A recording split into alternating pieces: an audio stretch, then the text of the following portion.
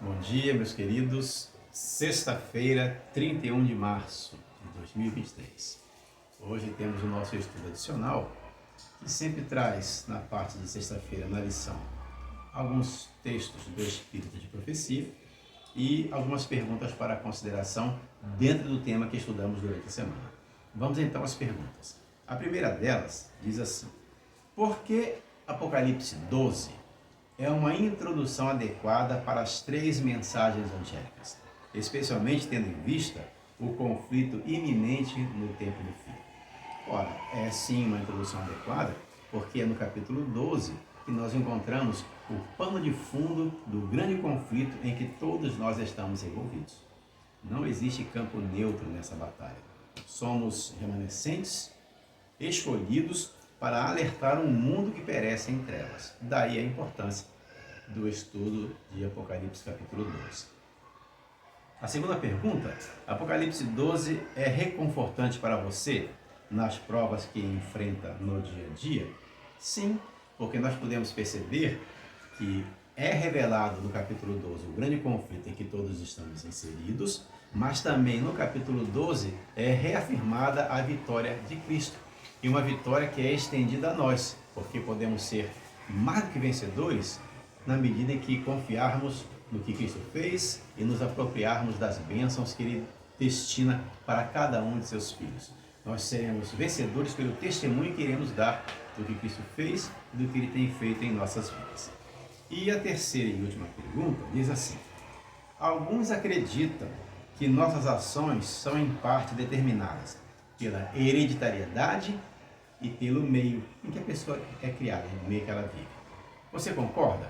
Qual é o papel das nossas escolhas em nosso comportamento? Qual é a relação entre nossas escolhas e o poder de Deus em nós? Bom, será que o homem ele é sempre resultado de hereditariedade e do meio em que ele vive? Nem sempre. A Bíblia mostra exemplos em relação à hereditariedade, porque tem um ditado popular que diz assim: filho de peixe, peixinho é. A Bíblia apresenta questões que contrariam esse ditado. Por exemplo, em Judá, no passado, lá no antigo Israel, existia um rei muito fiel a Deus, chamava-se Jotão. E ele, quando morreu, quando ele descansou, o seu filho, Acaz, assumiu o trono de Judá. E Acaz não foi bom como o pai, era péssimo, idólatra, terrível. E quando Acaz morreu, quem assumiu foi o seu filho Ezequias, excelente rei de Judá, homem fiel, temente a Deus, que quando morreu, o seu filho Manassés assumiu o trono de Judá, talvez o pior dos reis descritos lá em Judá. Idólatra, sacrificou os filhos no fogo, e levantou postes, ídolos e altares para as divindades pagãs, inclusive dentro do templo de Israel. Veja, a hereditariedade aqui não determinou conduta. Uma outra questão que é colocada o homem às vezes é produto do meio em que ele vive. Claro, isso influencia muito, mas não é determinante para a salvação. Lembre que Jesus ele foi criado na cidade de Nazaré, um local de uma má reputação tão grande que o próprio Natanael, quando soube que o Messias viria de lá, perguntou: pode vir alguma coisa boa de Nazaré? Mas aí é Jesus, alguns podem alegar. Mas lembrem que José, muito jovem ainda, manteve-se incontaminado no meio daquela cultura pagã egípcia.